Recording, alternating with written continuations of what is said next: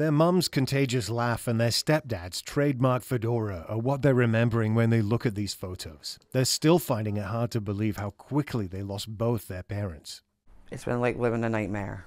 An actual, honest-to-God nightmare that you cannot get out of. Right. Like a true horror movie. It just doesn't feel real. Their mum got sick first, but after being told by a doctor it looked like flu, she thought the pain in her arms and legs, fever and rash would improve. Mum just said, oh, I got the flu, so I'm going home to go to bed. Like, I don't think she thought of how serious her condition was getting. They say the deterioration was rapid in just a couple of days. Their mum's rash was spreading. They noticed her skin was looking grey. And when she was struggling to breathe, they knew she needed urgent care. Ginny Killam was brought here to Yarmouth Hospital in an ambulance, but her daughters say she was so ill by then, it was too late. For lack of better words, she looked like she was dying. She was. Like, I'd never seen anybody look like that before. Their mum was diagnosed with invasive group A strep. Then their stepdad fell ill as well. They died within a couple of hours of each other. The sisters think they might still be alive if their mum's condition was detected earlier and there was faster action taken to treat their stepdad. Nobody from the family in Lower Woods Harbour had heard about the infection, and now they're asking why public notices warning people did not go out earlier this year. I think after the first death that happened in January, it should have been a widespread public notice.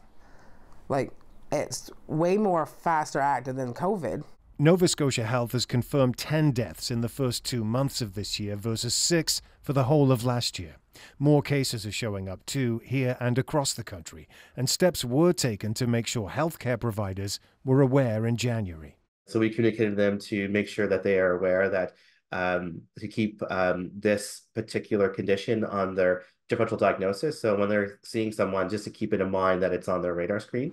Nova Scotia Health would not answer questions about individual cases due to patient confidentiality, but says decisions to issue public notifications are made on a case-by-case basis and depend on the nature of the disease, how it's transmitted, and the level of risk to the public.